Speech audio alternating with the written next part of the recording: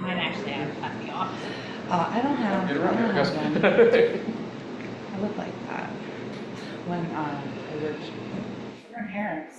A desktop? Mine too, but it's just they're not compatible. I need like a thing.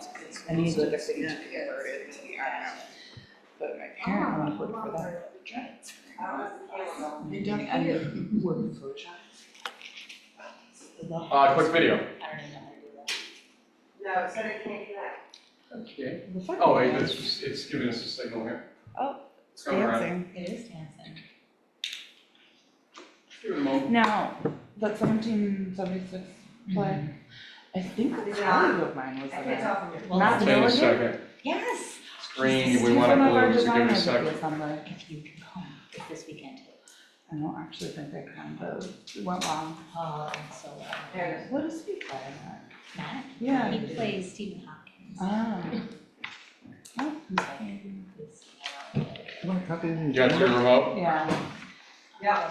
Want a copy? Oh, okay. Yeah. Terrible. That's funny. Yeah, I saw you Too on the far. poster out of Q area. Where are you at? I was like, Yeah. what is that? By the time We it's almost sold out. Oh, that's good. Yeah. That's good. I've gotta fix my gray spots. Can't you tilt it up a little? It's Jane Doe in front, it's not Ellie Dillon. Good to see the back of her head. Oh, God. Oh, God bless, wherever that came from. It's Jen. Look, It's just Jen. just Jen. Not just Tell her Jen, just it's Jen. Jen. It's like who's? Right, it's Jen. Yeah. Is that, what's the show called? That girl. Oh, Harlow that Claus. show too. Yeah, Oh, yeah. yeah, no, I was talking about that girl.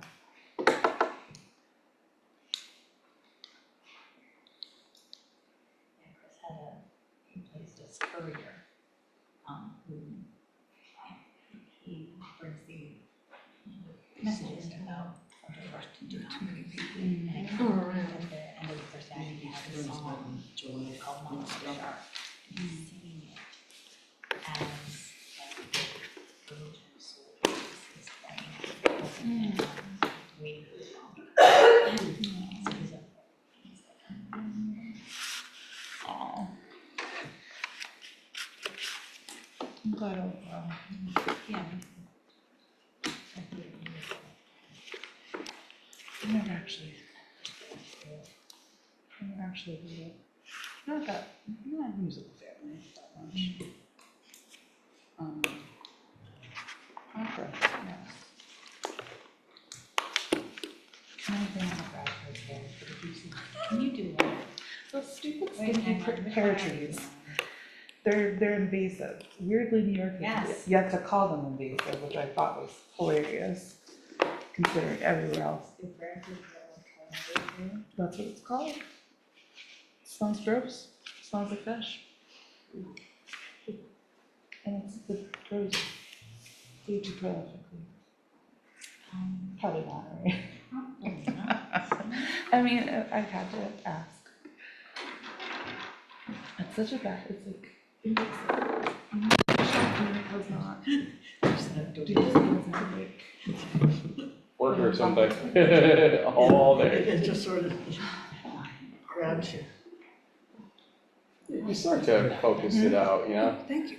Get used to it. A lot of this is about plantings. I'll tell you. Liz, yeah, can you just get by, sorry? Thank you. You think? I'm bidding it in, really. Sorry. I'm like, I don't care, you put in whatever you want to. I thought I was being restrained, to be honest.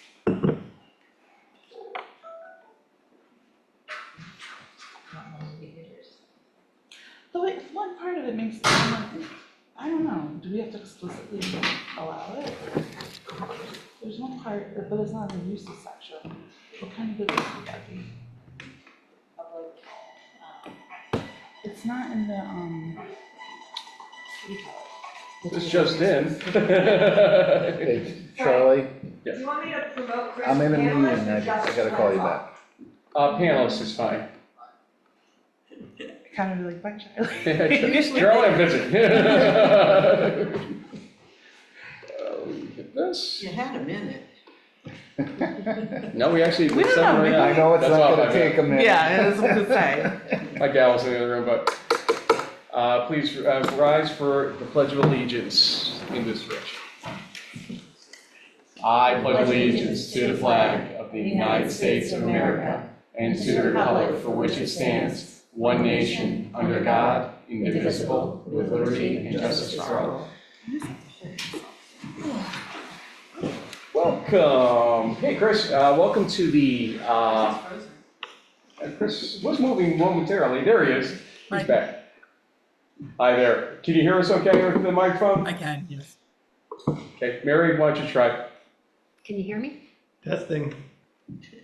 I can Okay. hear you. We got it. Okay, so this is a special meeting related to the zoning draft, and right now the trustees and I are working to figure out how to get it to a proposed final draft, which does not mean that's the draft that will be approved necessarily, but it'll put us in a position to A, send it to the county planning board, and B, have a public hearing on the contents of that, and then final changes can be made at that point.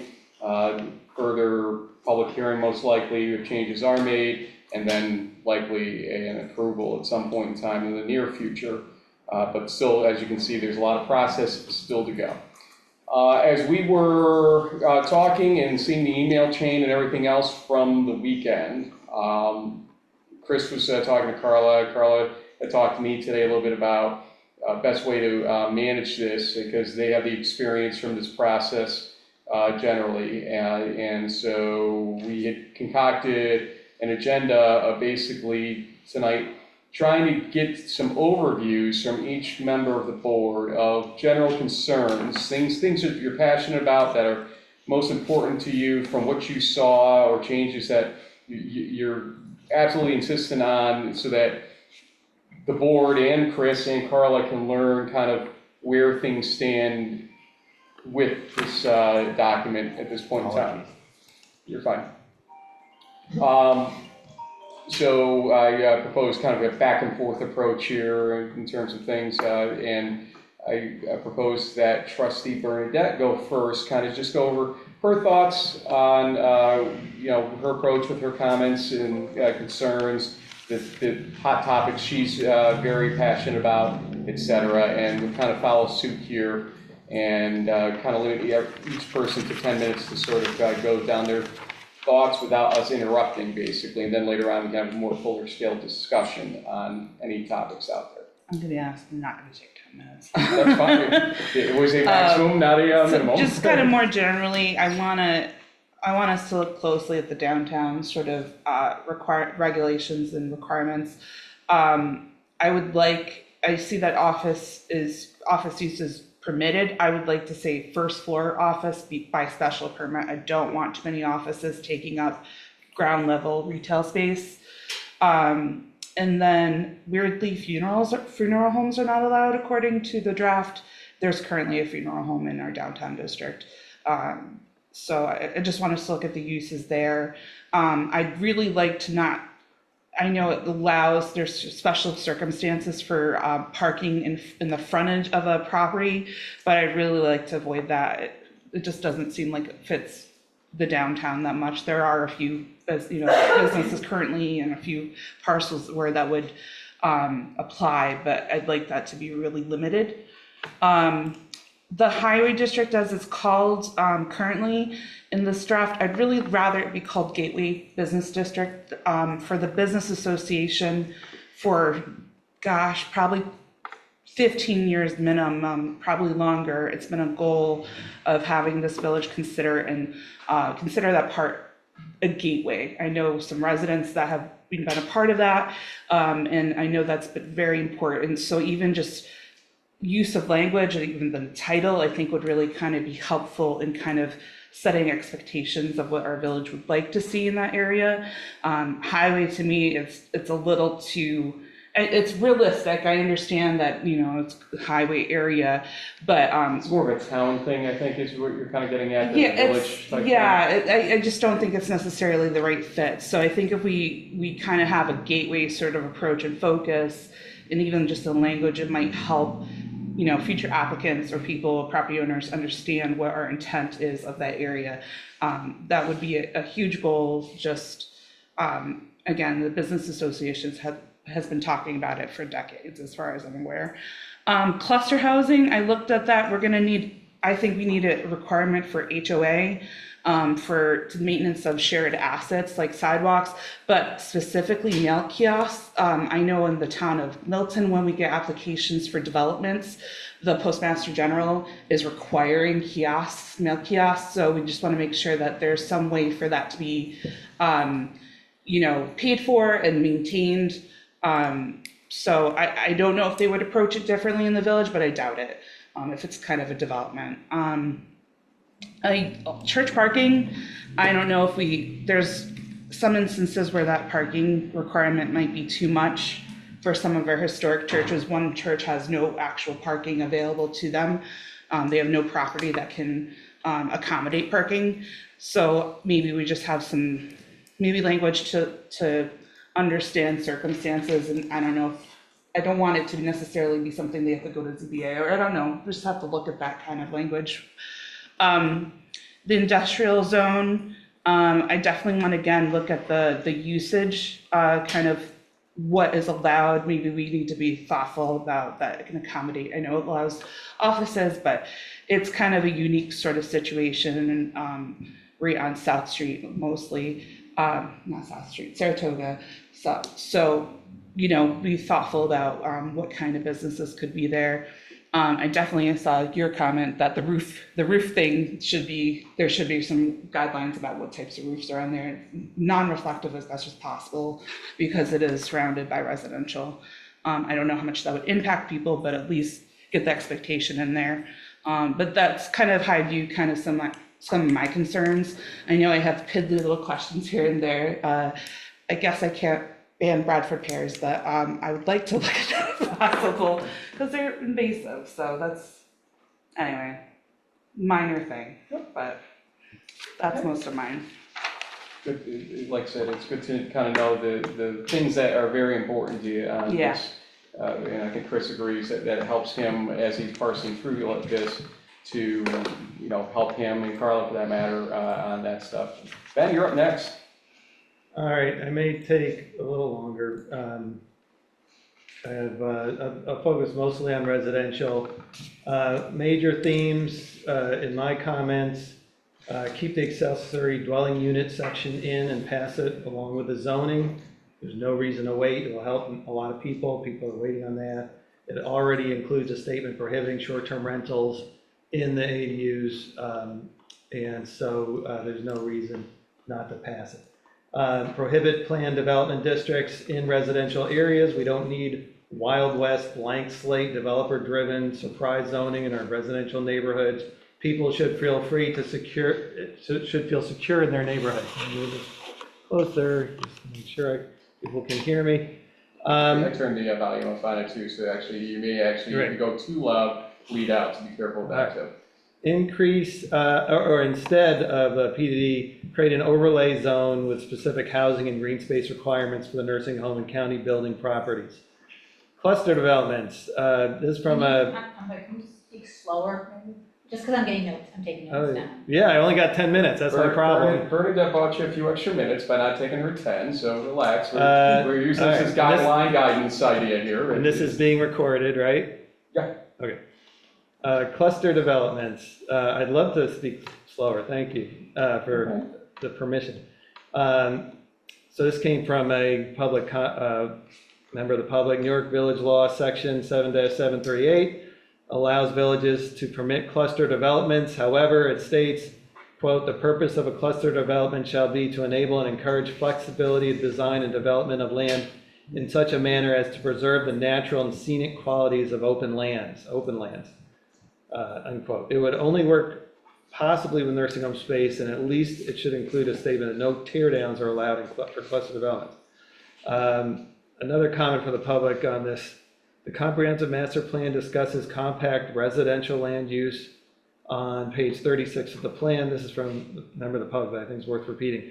Passed by the village board. Quote, the compact residential land use area is primarily intended to replace and support development of unique former nursing home use at the Maplewood Manor property. This character area would be reimagined as a denser, single-family neighborhood with options for small lot detached homes, townhomes, cottage homes, and similar compact, efficient layouts organized around usable green space such as a central village green. So again, I think an overlay district is what is needed to affect the vision of the comprehensive plan. I would prohibit large apartment buildings. My initial thought is to say 12 units max. I think one huge development in this village is enough. This is in accordance with the comprehensive plan, which which discourages large apartment complexes, such as what's being proposed currently. So I would prohibit large apartment buildings.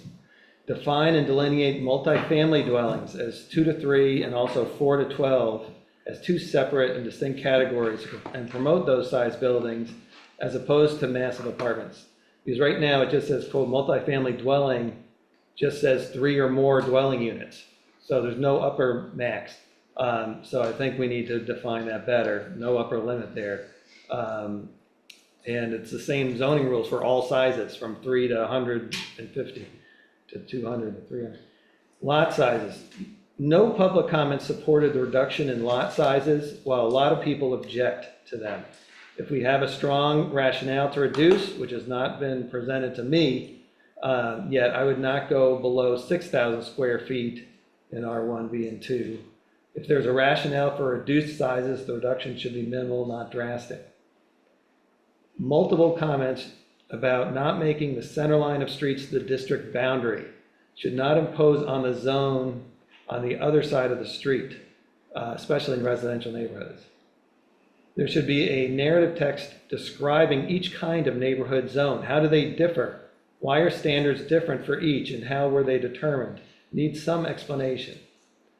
Non-residential uses in residential zones need their own set of lot standards as we had in previous zoning.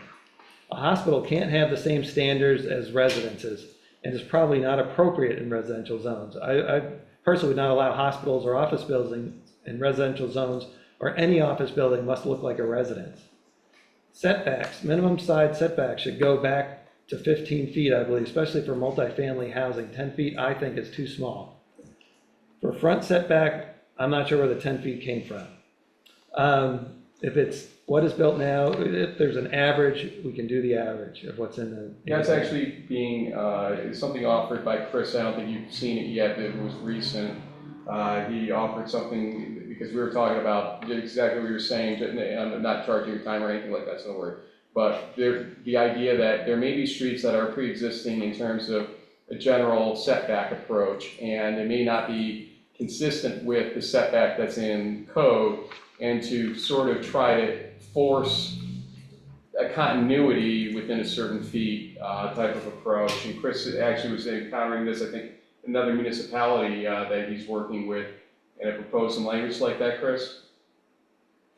Yeah, and I believe I sent that as a placeholder. It's not in the current draft, but if we want to use that either in conjunction or in addition to what we have where we have a standard as well as, so there's kind of these two options. That's one way to handle it. I've also seen it where we have the standard, but then this is for in those cases where that standard just doesn't make sense, then it sort of, you can apply for this other option, which is based upon an average of what's there today. Great, can that be shared with the entire board, please? Whoever has it? Yeah. Carla, do you have it? Who has it? I don't know. I will put a note to send that, and maybe I'll send it to you, Carla, to do all the distribution. Do you want me to send it directly? Ben, how would you like to receive it? I'm fine with you sending it directly. Okay. Probably reduce the delay. But nonetheless, it's something recent that he's encountered, so we may be testing it along with another municipality that's kind of looking at that. So there you go. Keep going. Sorry about that. Oh, That's good to know, thank you. Yep. It's always nice when people are thinking in similar vein. All right, I believe there should be a maximum building size for each zone. There's currently no maximum building size, and I believe people do not want big box development in the village. So for example, the highway district is wide open. But any zone should have some maximum. I am okay with in-home professional services in any zone by special permit and with use standards, so there's no impact on neighbors, and I'm glad to see that there are use standards in this code. But it's not allowed in every zone. I think it's okay with the use standards. Accessory structures, the old code was 1 story and 15 feet. Why are we changing to 2 stories and 25 feet? That seems very large. Front, side, and rear setback of 25 feet is the new code, and that might make sense for a 2-story structure, but for a 1-story structure, that seems too large. 12 feet side and 5 feet rear, I think is what it is now, and that's closer to what I think was reasonable.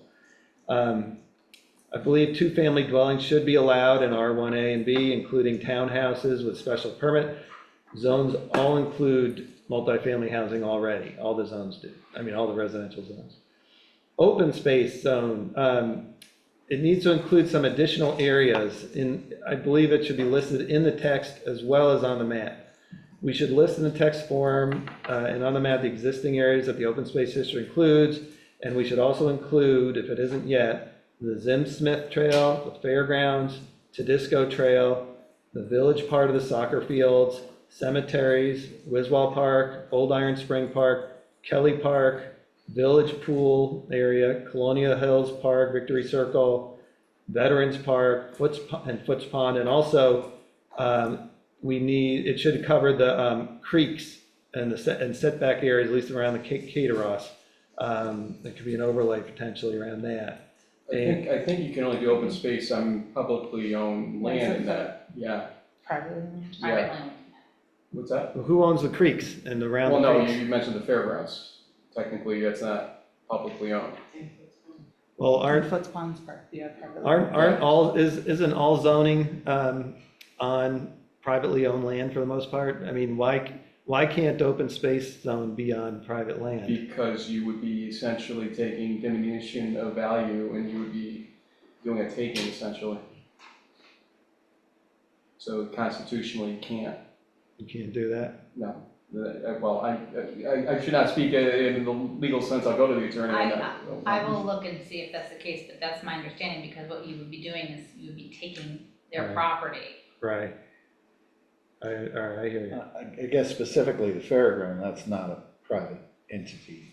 It's It its is. own, yeah, it's its own. It's not, just because it's a not-profit or what have you, it's a private company, it's not the village doesn't own The the land. county. The county doesn't own the land. It's- it's- So they would Saratoga. they'd able to sell it to a developer to put residential housing there? If they want, I mean. What is it? there are- Now, if they wanted to do their own conservation easement, that's on them. But I don't believe they've ever entered into conservation easement. We can't force them to do so. It's zoned residential currently? I believe it is zoned residential. You can prohibit a PDD up there, no doubt, because that's not taking away all options for development. You would be taking away all options for future development, and that would be diminution of value sufficient for constitutional taking, I believe. Okay, thank you. Yep. Signs, we need to exempt from prohibition, temporary political, for sale, and event signs, that they are allowed for a certain amount of time. Right now, there's no allowance for that. Also, I don't think we should have banners and large wall signs and awning signs in residential districts. They're allowed currently. My last set of comments is the planning board, there's lots of this. Chris is shaking his head on that one. What? Do you want to give input on that real quick? Oh, I think you might have misread it, because I saw your comment about saying not allowing it in residential, and it specifically says that these are allowed in non-residential. So they are not I allowed. read all districts. All right, what I read was, I'll double check it. I understand the point though. I'll double check. what I read, and maybe I misread it, is allowed in all districts. It seemed to say that repeatedly for each kind of sign. Okay, But- I'll check. We'll look for that when we're looking Yeah. through it then, because I think there's an agreement there generally, so. And then the last set is about the planning board. There is a lot of discretion given to the planning board. There obviously needs to be some. I think maybe it's a little too much. Says it can vary dimensions by up to 10%, and building height by up to 20%. I think that's, and can waive other requirements. I think that's a little too much. I think we could specify better reasons for removal from planning board. The process for developing rules of procedure should be spelled out, and public reporting requirements, I think, should be stronger. And I don't think administrative adjustments should be taken by the chair alone if adjustment is, quote, deemed minor. I just don't think the chair should have that ability. Obviously, I have a lot more comments. I just want people to know that, for this very important, complex meeting, we've been limited to 1 hour.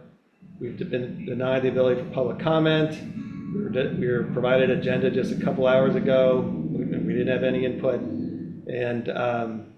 And Frank, you still have not provided any written comments. So we have about 20 comments from Bernadette, 4 from Mary. Sean's has submitted about 100. I submitted about 150. And Frank, you've submitted no written comments, as we agreed would happen before this meeting. And I just feel like we're cheating the public of transparency and cheating the public of the attention that the zoning requires.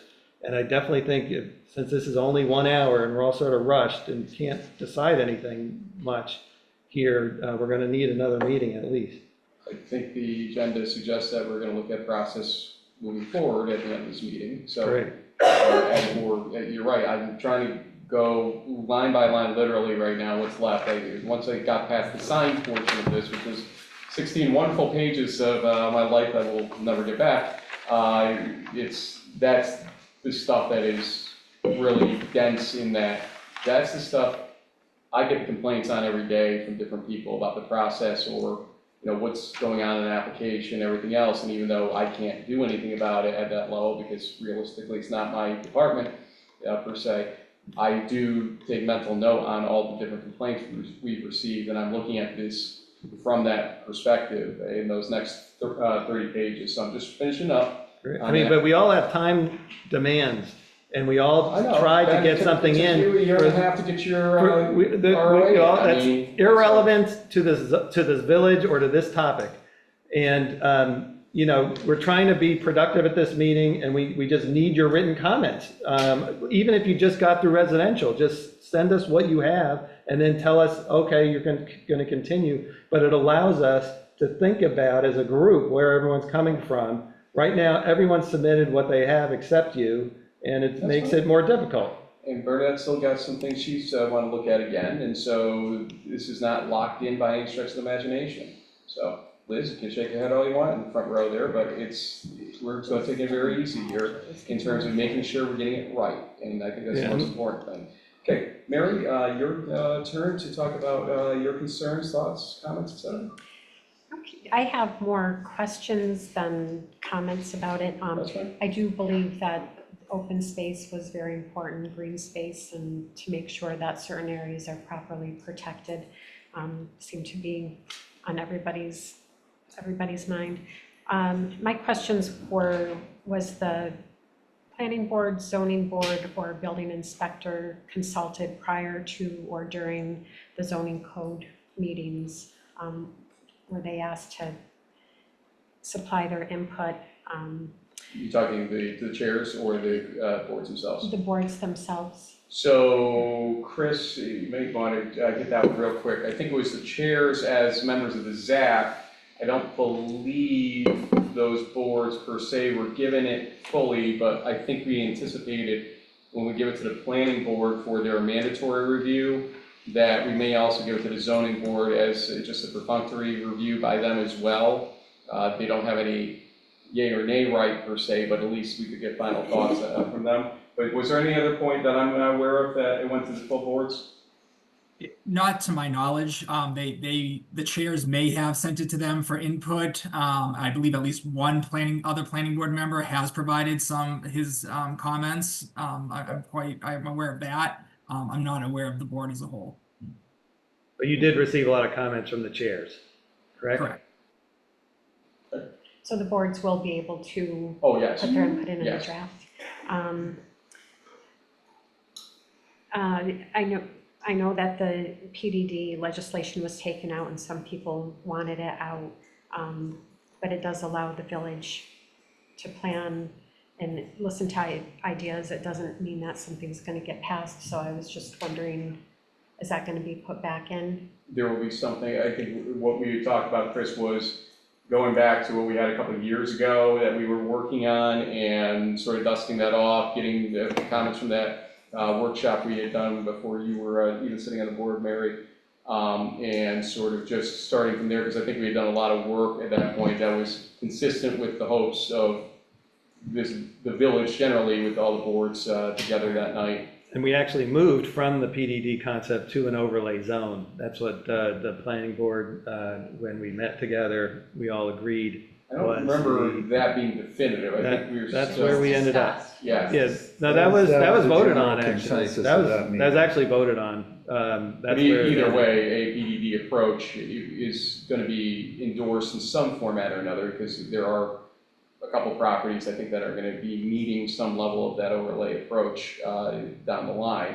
But it's, as we've all kind of agreed here, as I said at the workshop, that you and I actually agree, even though you always kind of shove it down my throat about it. I have never said otherwise. It doesn't belong in every nook and cranny of this village. It doesn't. No, that's great. I mean, I only said it because it was in the zoning. It was like zone, Yeah, I know. PDD can occur in any area, and so I'm glad That's why you got yanked. I'm glad to and- hear that you say that that's not gonna But happen. who's the one that said yank it, right? Okay, I I don't said know. yank that for what we were working on a couple of years ago, because that was more progressed at that point. All right. Not to cut off Mary's time and ability, No, I'm sorry. that's fine. But speaking of the overlay district, I Sure. think that needs more consideration and maybe a little more attention. If we're not gonna use the PDD, we have the option with overlay to approve case by case. And the historic district, I thought that was gonna be held out until it could be worked. I know that it wasn't gonna be omitted, but it was just gonna be worked on with better definitions. We're obviously, we're focused right now, everybody that's got a hand in this, on what's in front of us code-wise. So once Carla's got the ability, I think, to turn her attention to that, so all the counties looking at it, this code and everything else, that's gonna give us the opportunity, I think, again, to get that in tandem finally. Will it get passed with this? Probably not, because I think it's gonna be a lot of discussion over and above, but we'll get it at least moving along once we're able to take our eyes off of this one for a few weeks. And there were a few bullet items in the historic district. When they were pasted in, these items were not in there, and I put it in my comments where that is. So there's just a little section missing. Oh, it was From the quite existing? Yeah, from the, Okay, yeah. sounds good. Okay, those were the only questions. I think you, if I remember correctly, your general view when we were talking about it was that you appreciated the Zach's work, you appreciated the consultant's work, and you generally, you're not of a legal mind, but you kind of had the concerns about making sure open space was protected, et cetera, and that generally it was a good job. Oh, absolutely. Yeah, a lot of work went into it, definitely. Thank you for that. Sean? So, yeah, I'll start off with, thank you, Chris, for all the work you've done. I realize this has been a long, arduous journey, and we're still upon it. So, so bear with us.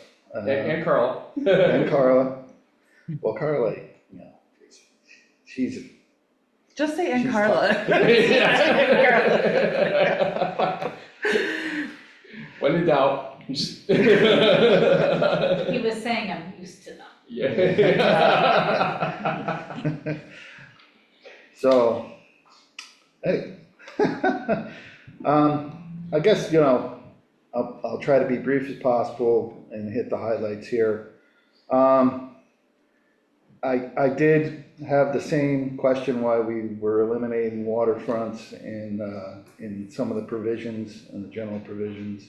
We had strike-throughs, and also, I noticed we have a lot of definitions that have strike-throughs, and I see no reason not to have every definition of every possible thing that we could have. It doesn't mean, if we have a definition, it doesn't mean we have to have a policy. Well, I just want to say, Carl, I know, worked hard on sort of going back through the definitions. I mean, do you want to give any thought on, what the proper approach was? No, I mean, I'll let him talk. Yeah, I mean, I think what's there, maybe the language needs to be modified, but something should stay in. We should have a definition, because somewhere down the line, when we want to develop policy, it's just gonna make it that much easier. We already have defined what it is we're gonna create policy. And it also provides help for people who might be building something that they don't go and say, I'm gonna do this. Well, by definition, it's that, and we don't have a policy, or it does, we don't allow that. So I think it's good, just, to have all the definitions, a glossary of terms, if that makes sense, in general. Did you, I haven't gone through your stuff, but did you highlight what definitions in particular you thought were? Well, I kind of specifically commented on certain Gotcha. definitions, Cool. but overarching, most of them, Mhm. as a rule, I think, we have a definition, just Yeah. keep it in. We don't necessarily have to have a policy associated with it. Kind of the opposite, actually. Can I Oh, just make really? one clarification on that? There were some definitions where I saw your comments, but where we had essentially the same definition, but two different terms. So in some cases, for example, there was a comment about gross floor area, I think it might have been, and we have building area and gross floor area. So we had just removed one because it was the same, it's explaining the same thing. So we were kind of cleaning up things like that. Not in every case, I'm just saying there were some situations like that. Yeah, I understand taking care of redundancy, and there's the vehicle fueling station things, which can, there's 3 different definitions of that, and I can understand why, we probably should have one. But again, I think it's good for people to know what something is, and if they're considering it, if we don't have a policy on it, but we've defined it, they'll know that we don't have a policy on it. So, as a rule, also, I didn't see a definition for cluster housing in here, so, I don't know if you need a definition when it's technically topic fully the way it is. A base definition, I don't think would actually do it justice, but maybe if you want to do C section blank, you could go I mean, there. we have a definition of condos, and that's pretty self-explanatory too, but, But it definitely, they're definitely worth going back. So for example, general services as a definition is crossed out, but it's still a use in the use tables. So there are things like that, or sometimes we use the word auto, and then other times we use vehicle. And so, put those, use one or the other. So there are a few things to clean up, I think. Yeah, those are helpful comments. Thank you for catching those. I mean, ADUs should be able to stay in. Again, even if we don't have policy yet, we can have a definition of what we define an ADU as. I don't see a problem with that. Well, it's anything greater than 200 square feet, and the only thing I was going to suggest was making sure that inside of 200 square feet, you don't have a bedroom or something like that, as a matter of right, and then anything over it technically was, I think, not allowed by right. Yeah. And the same thing for short-term rental, we should have a definition for it. Whether or not we're gonna, we have a policy on it, or we're just gonna not allow it at this time. At some point we will, so we have a definition so we can work from it. So, I guess some of the other issues I had, big highlighted issues were, I know the permitting process, we had a lot of things that were by special permit, like some business and potential other things in residential districts that I think they should be prohibited. They shouldn't have the opportunity to get a special permit. What examples, just? Again, I'm scrolling through because I've had no time to prepare for this meeting, so. Anything on the top of your head, though? Like, type of- Well, I recall that they were gonna, allow like commercial in like R1 by special permit, I thought, or R2.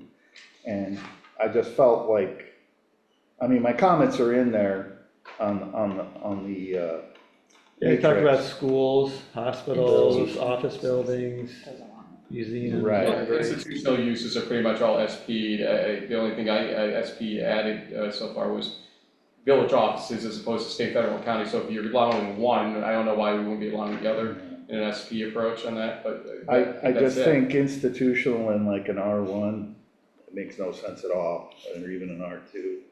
I think they should just be prohibited. We cut Chris off. I think he was gonna say something on that. I don't know. No, I was gonna say the same point that you made. It's not offices in general allowed in the R1. It was the state and the village and the county, which I believe you already have in one of the Rs, which is why we just kept it as is already there.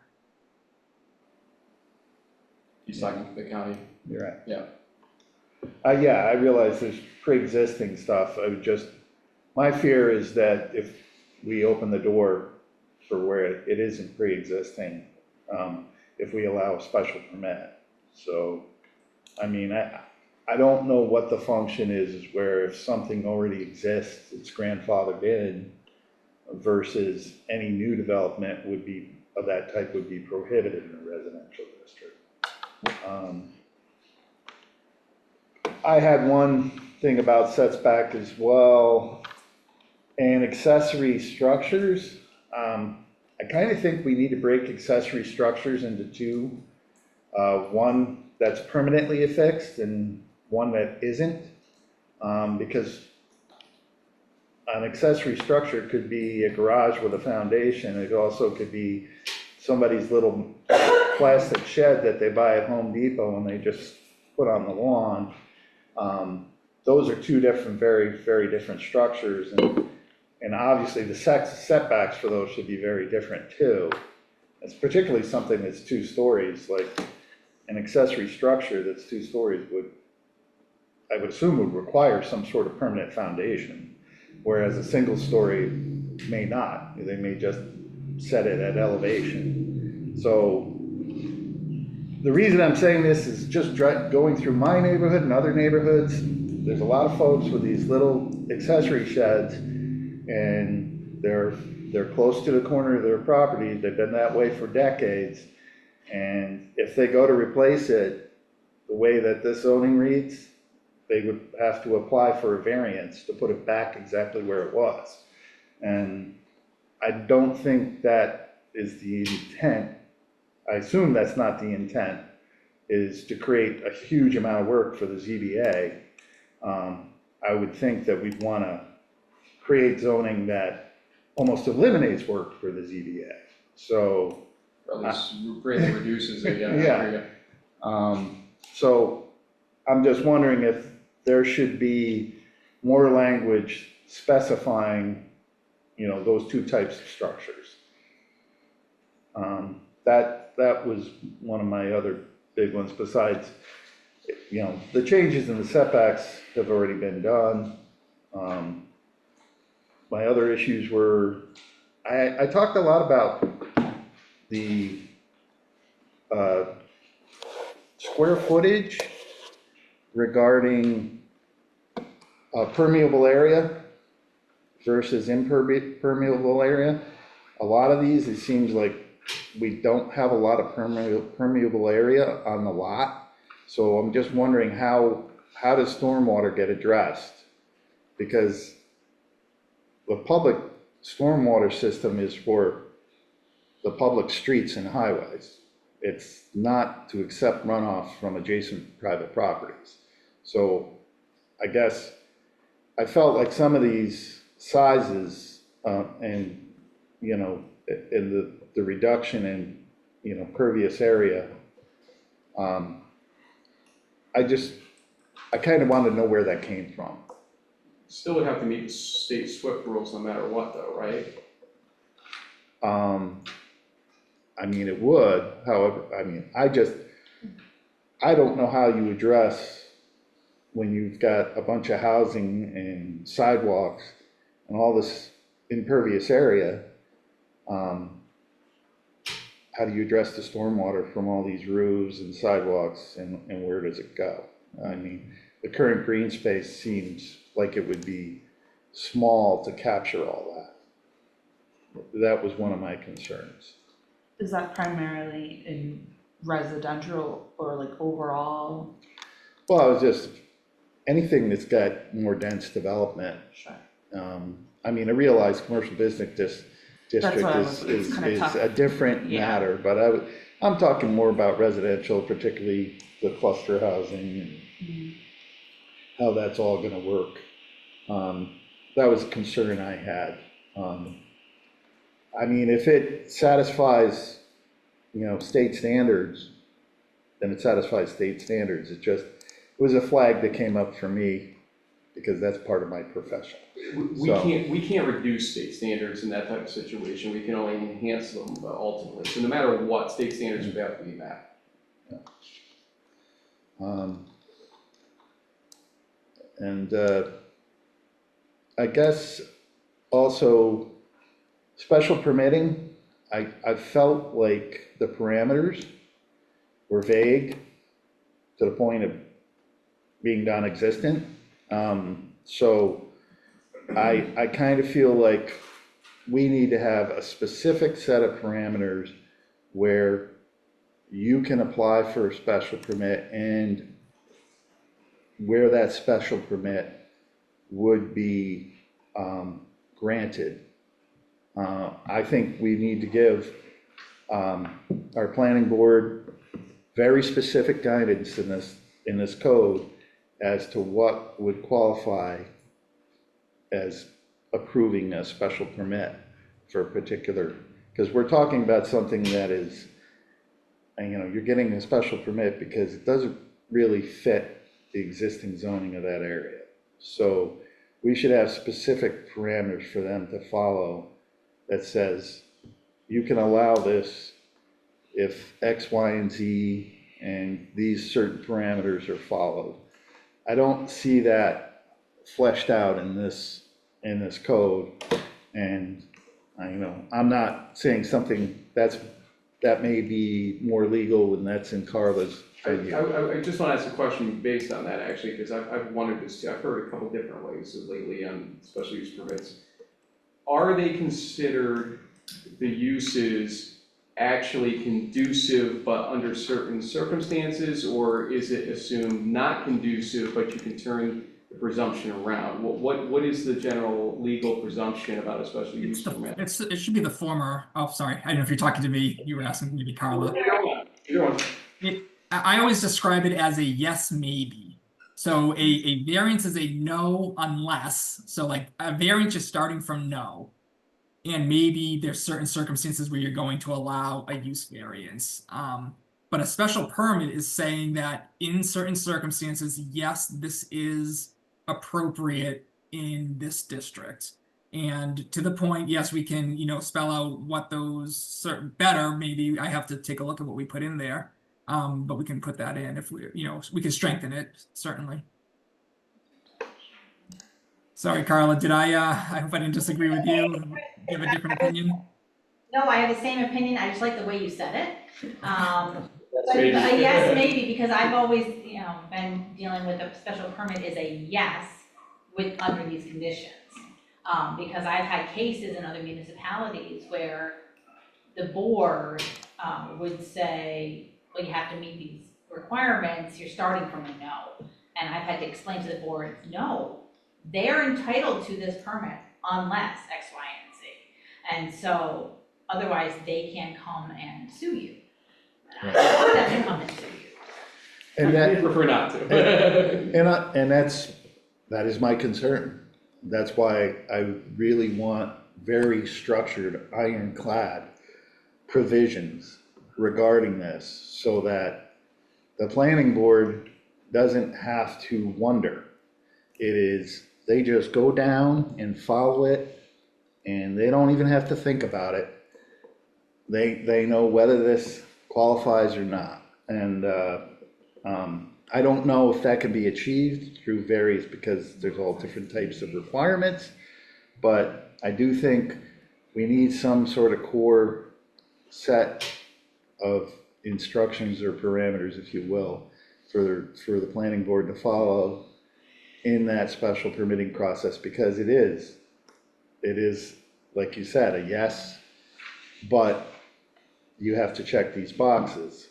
Well, we want to make sure the boxes are fleshed out enough that we don't get something in an area that either isn't wanted or simply doesn't fit. So, that was kind of one of the big issues I had, with the special permits, other than allowing some of the land uses I thought we shouldn't allow, special permits at all. And then when we get to the parts about the planning board, I kind of feel like the planning board is, and the ZBA and the whole board process, I repeated statements. We do have an established application process for members of boards. I just think that should be in the language that we're gonna go use through the application process, so that people would apply. We would know what their qualifications are to serve on a board. We can, they can be compared, and those are, the board can look at them and make recommendations. I kind of said that repeatedly through, some of the language regarding appointments and the planning board and the ZBA. So, I'm sure I have lots more, but those were kind of the overarching ones, that I had. Oh, to circle back, what Bernadette said about roof heights. I think we should either pick a roof height, and if you have a peak, that's the max height, or create a separate height for peaked roofs. But simplify that whole, there's like The 4 averages different are and all positions. that, Yeah, yeah. so I'm like, flat roof is this high, peak roof could be this high. It is confusing, I think, Yeah. signs are less confusing, I think, than the roofing, and signs were a little bit convoluted at times, I thought. Right, yeah, but I think that would simplify it and make it easy for people to understand, when they're going through the code and they're building, what they can build, and how tall it can be. So, And I think we should all emphasize, at least for me and Sean, we only scratched the surface of our comments. Yeah, your comments are with Chris, and we'll get that in a second about Based that. on the timing here, there's a lot more we could go into. Okay, you're done on yours, right? yeah, For now, okay. And then for me, top level stuff, I'm not gonna drone on too long, because I'll just rely on my comments ultimately and get these into everybody very, very soon. When it came to table of uses, I took a special look at industrial, because in talking to, why am I blanking today? Jim Dalpy, thank you. It's been that kind of day today. When I was talking to Jim Dalpy, he was telling me about some of the restrictions on his current industrial zoning that he's had to turn away, what you would assume would be perfectly fine potential tenants. And in 2025, industrial means something very different than, let's say, 1925 industrial mentality. So I SP'd a bunch of things that I think could work there ultimately to be a little bit more inclusive in spaces like that, so that they don't have to go seek a zoning change in its entirety later on. At least they'll have some options to utilize that land without breaking their back on the whole thing. So You said you SP, you went special permit? that's it. I knew what he meant. Well, sometimes I do and sometimes I don't, so I want to make sure. Wow. Chris, help. No, so, little things, I'm just gonna go through table of contents and what I remember going through. I agree with Bernadette on the naming or nomenclature of some of these. the gateway approach. You know, downtown, obviously, we have a downtown, there's no problem there, but highway business probably is not the best look on that. Some of the wording in adult use bothered me because it almost sounds like we're trying to invite it. I think we were having it just because we need to have it there by law, and probably could be a little bit more subtle about, well, if they come by and they want to do X, Y, or Z, they can, but the way the wording went in there almost sounds like we're saying, we've gotta have one, which, or gotta have that type of shop. And it's like, yeah, no, on that. Let's see.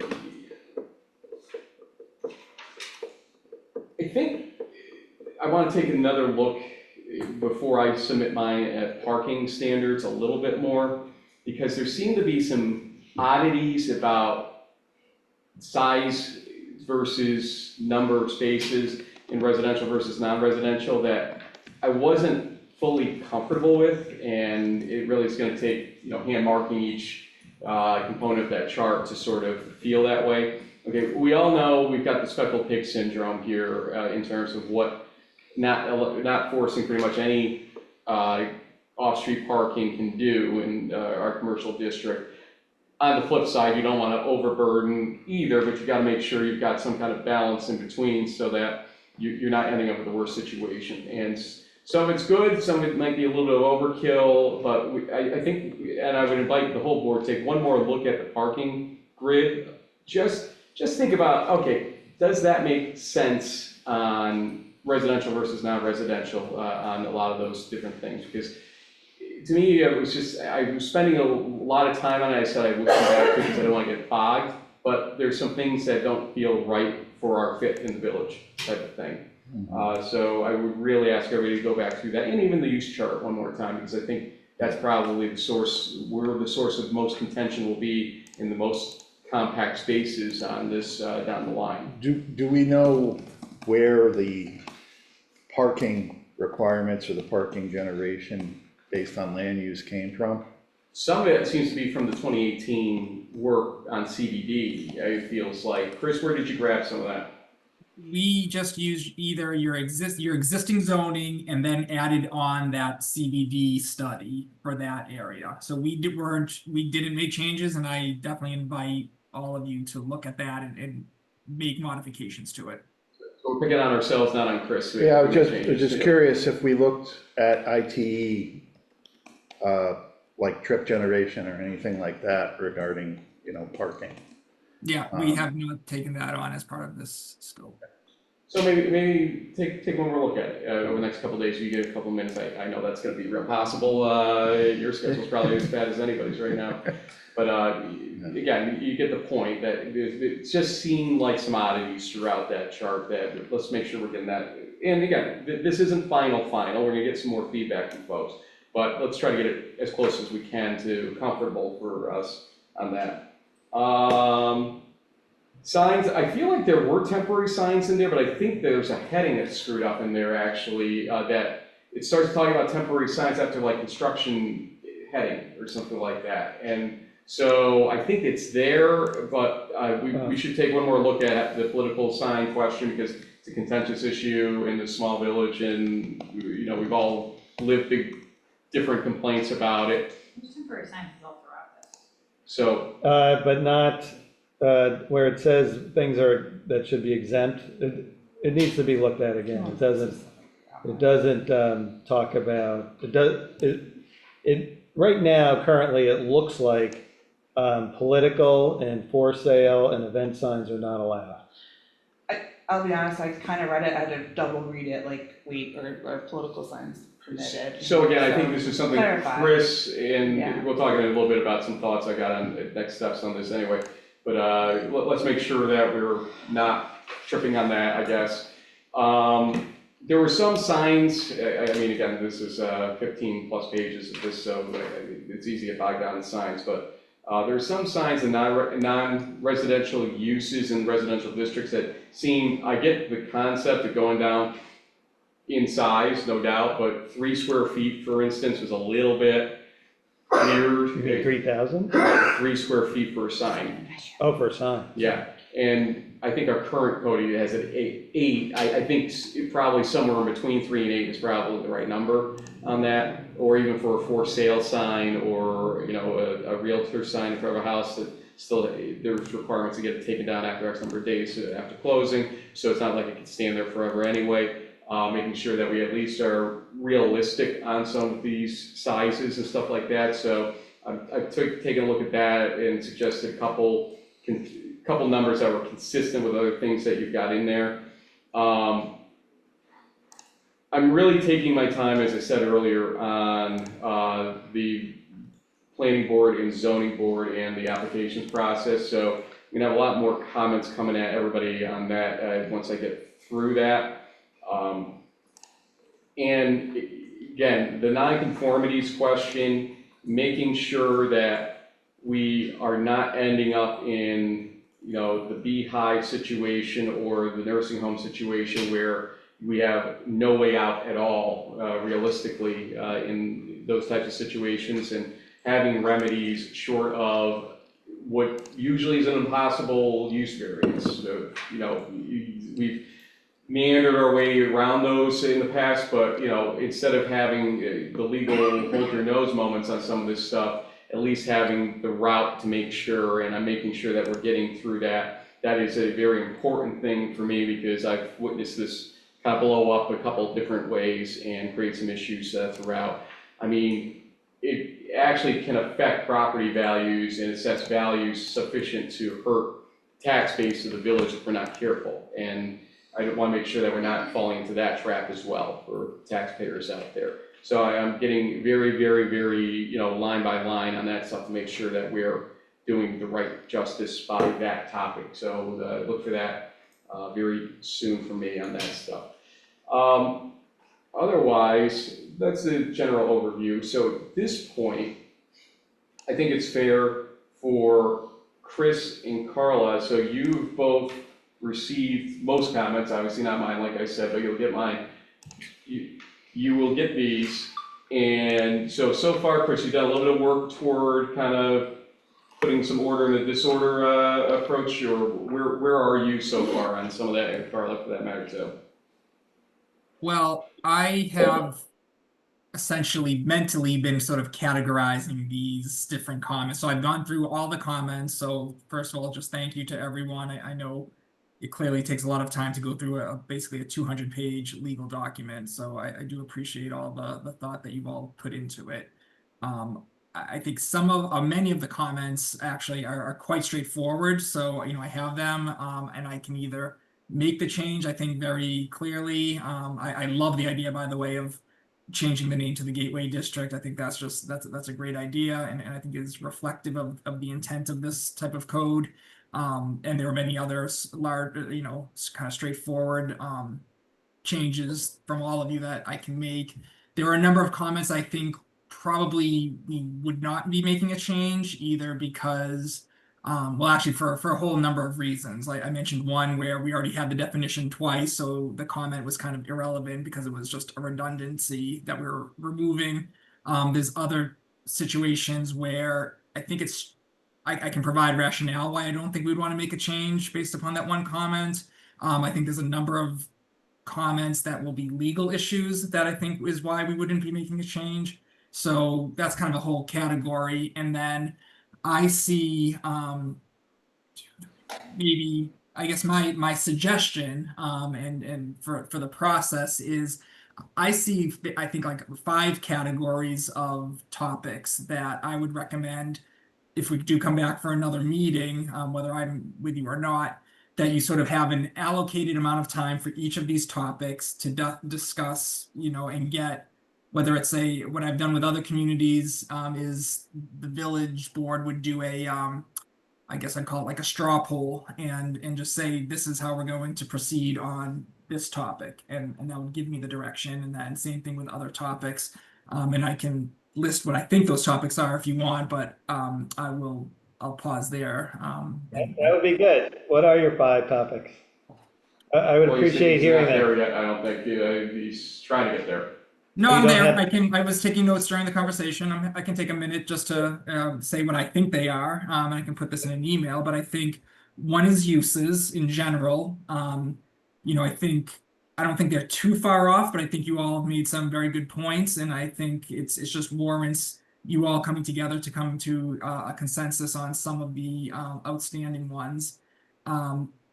Those are for the uses for most of the community. I think then residential uses is maybe a second bucket for you all to discuss. I know there was some comments about whether we need additional categories, for example, of multifamily. If so, then we need to know not just what those categories are, but where would they belong? And that's something that I would need direction from. Also related to residential, there was the question about the ADUs, if you do want that in or not at this point. So I think those residential questions is sort of another topic.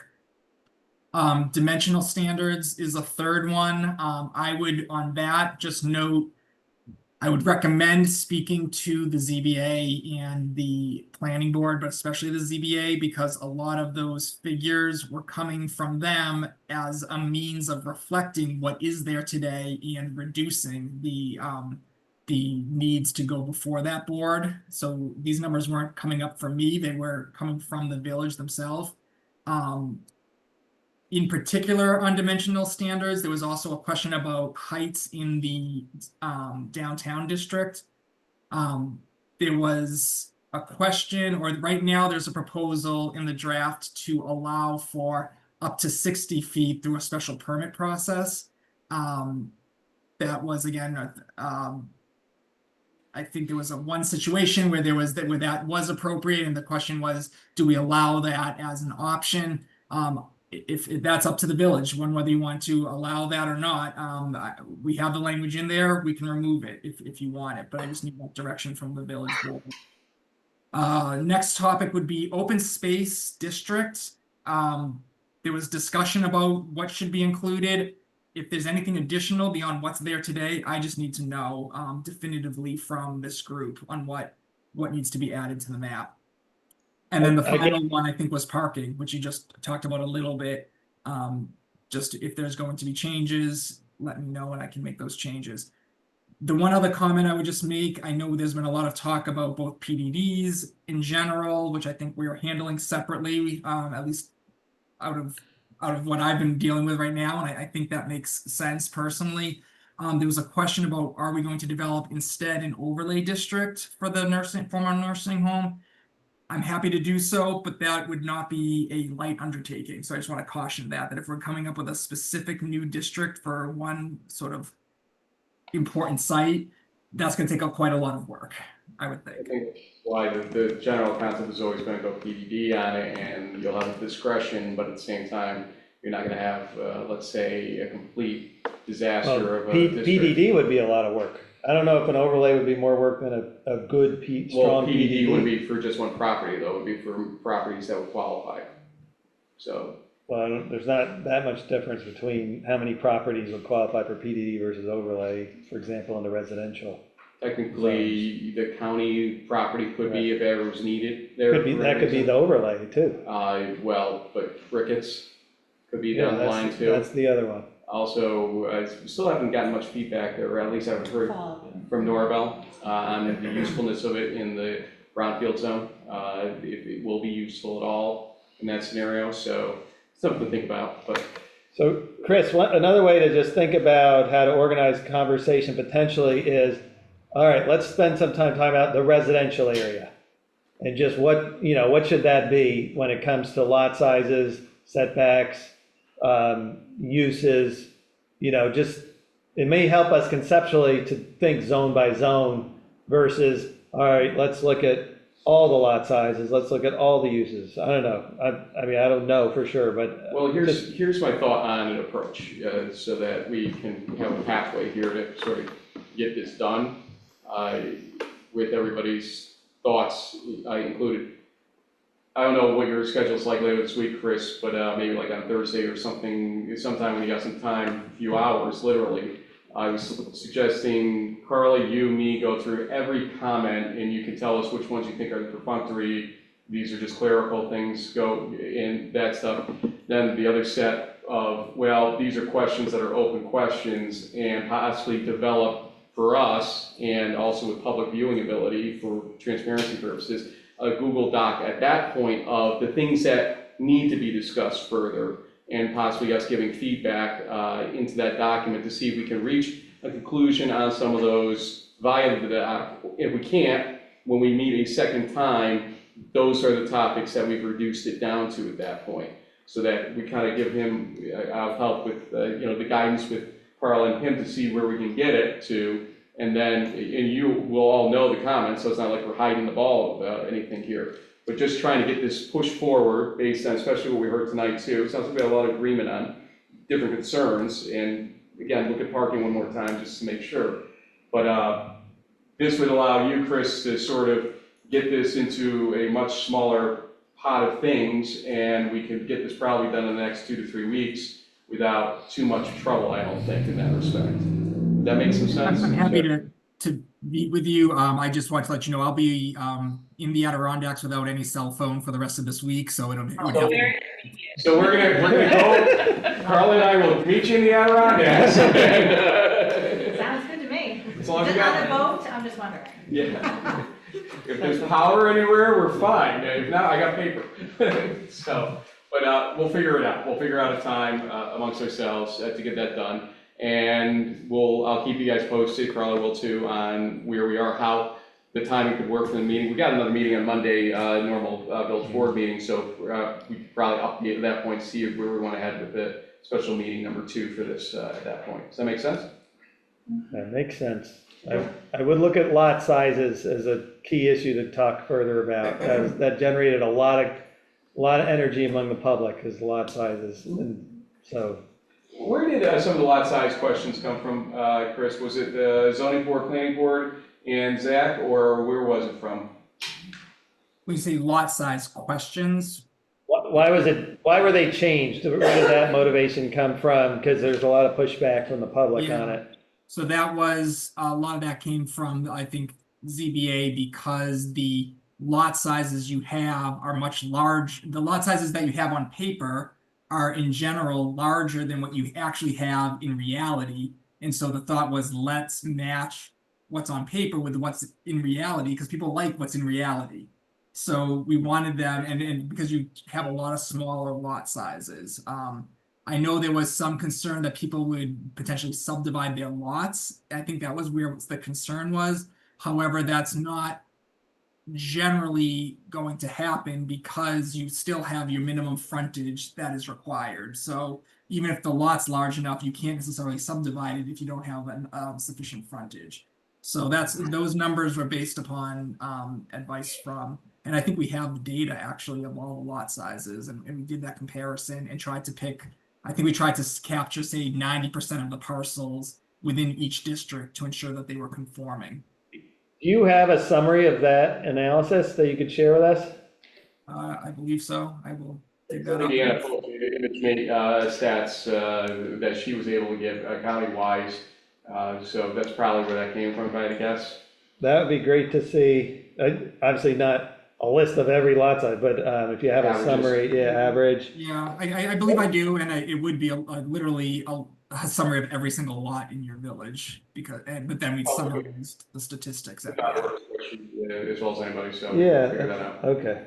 So, okay. I'm just wondering what the minimum frontage is. I'm looking at width, though, minimum width, 50, 50, 40 Is current or? is what's proposed. Okay. And I don't know if does that change, or is that the same? 50 in R1A, 50 is pretty solid. 50 in R1B, and 40 in R2 for minimum width? I'd have to go back and I'd have to check. I can't We'll remember. take a look at it. We'll Yeah. go through it, for sure, because you made the comments in your comments, I'm assuming, too, on that, so Oh, yeah. they're gonna be there. Yeah. Okay. Thank you. Then based on this, we will follow up, a little bit of update on Monday, and I will ask for a motion to adjourn this for now. I'll make the motion. Trustee Fandesa, by the way, at time of 8:09 PM. Trustee Fandesa, I'll second. trustee Baskin, discussion, all in favor? All right. Aye. Opposed? Motion carries. Chris, thank you. Everybody you. have a great night. Thank you. So for residential it's 80 currently for Is Our what? code, it's 80, the minimum width, lot width currently is 80.